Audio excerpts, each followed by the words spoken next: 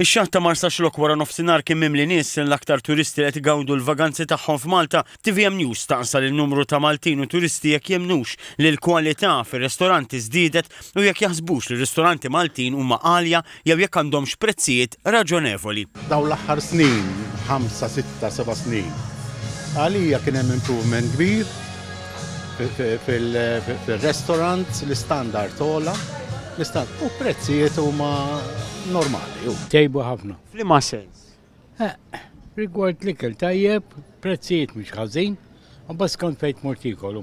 Titjib żgur daw f'ħafna ristoranti. U bħala prezzijiet għaw x'tażel, għaw minn kollox nista' ngħidlek, għaw fejn hu mhux expensive, għaw fej ftit expensive, għaw fej taffordjaħ ta' kull ġimgħa ngħidlek. Isib minn kollox. TVM News taqsa wkoll lil xi turisti x'jaħsbu dwar ir-ristoranti Maltin kemm bħala kwalità kif ukoll bħala prezz. Tkellmu magħna turista Litwena u żagħżugħ Danis.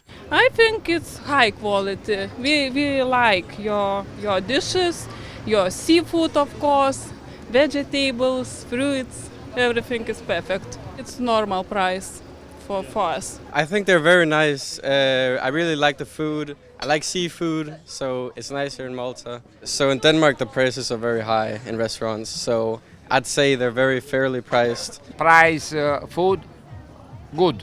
Food, good.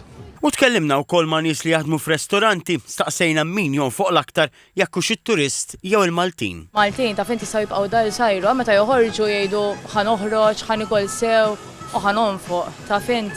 Ġifieri dawn l-affarijiet, u mbagħad jiġu turisti u jgħidu ħamberba daw li jkunu naqa' high-end, imma l-Maltin joħorġu biex jikru u jieħdu gost. U tips, min jagħti l-aktar? Meta jiġu dawk li jiklu sew, ngħidu għas-sarter ħatmejn all of this.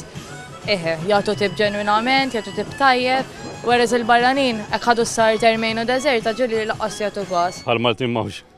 Bħal-Maltin mawx. Għalina bħal-Maltin mawx. Mhux għax ma jofqux it-turisti, għax l-aħras ma jkunux huma wkoll ġifieri, imma bħal-Maltin xorta mawx.